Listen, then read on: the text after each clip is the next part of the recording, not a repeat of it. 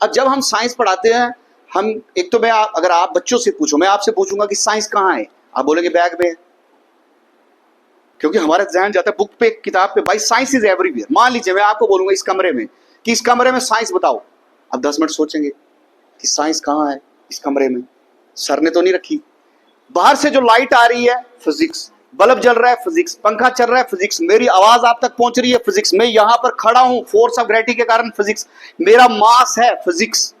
इस कमरे के अंदर खिड़कियां लगी हैं, लोहे की खिड़कियां भी हैं, ये क्या है, केमिस्ट्री। पेंट हुआ है केमिस्ट्री, कहीं पे जंग लग रहा है केमिस्ट्री, कमरे में एयर मौजूद है केमिस्ट्री। आप मेरे लिए चाय लेके आएंगे, उसमें पत्ती डालेंगे, मिक्सचर बन गई, सोल्यूशन बन गया, क्या है वो, केमिस्ट्री। बायोलॉजी क्या है, आप तो मौजूद हैं ही, कि आपके अलावा कमरे में और कोई मौजूद नहीं है, बैक्टीरिया मौजूद है, फंजाई के स्पोर्स मौजूद हैं, इंसेक्ट भी मौजूद हैं।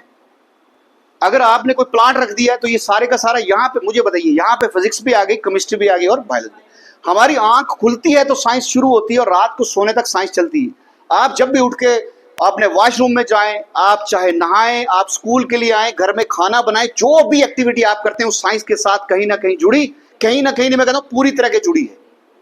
अगर आप एक बर्तन भी रख रहे हो ना गैस के ऊपर, गैस जला रहे हो, हीट का चैप्टर शुरू हो गया, रोशनी नजर आ रही है, लाइट का चैप्टर शुरू हो गया, पानी उबल रहा है, केमिस्ट्री शुरू हो गई, चाय बन रही है, केमिस्ट्री शुरू हो गई।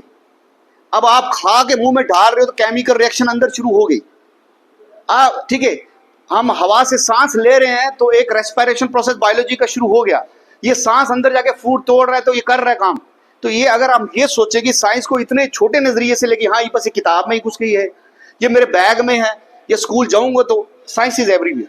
इसलिए मैं अगर कहीं भी कहीं पार्क में या मेरे साथ शायद मेरा एक कजन था, हम वो बीजी के जंगलों में गए, वहां पर कन्वेक्स मिरर लगा है, शीशा लगा है ना मोड़ों पे, हम वहां रुके, हमने एक वीडियो बनाया, उसको हमने यूट्यूब पे डाला। अब हम भी सोचते हैं, अब भाई उसका यूजेस, जब भी आप बच्चे को साइंस पढ़ाओ ना, उसका मकसद ये नहीं है, अभी तो कहीं ऐसे यूट्यूब पे भी जोक आते हैं कि टीचर को स्टूडेंट फोन करते कि ये पढ़ाया था लाइफ में कहीं यूज नहीं हो रहा है ना, मैथ के लिए आपने कभी देखा होगा।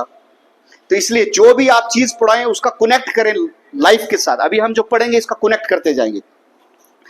देखिए, अगर साइंस का शुरुआत हुआ, इट मीन यूनिवर्स का शुरुआत के बाद ही साइंस शुरू हुई होगी, हम आए होंगे तो साइंस पढ़ी होगी।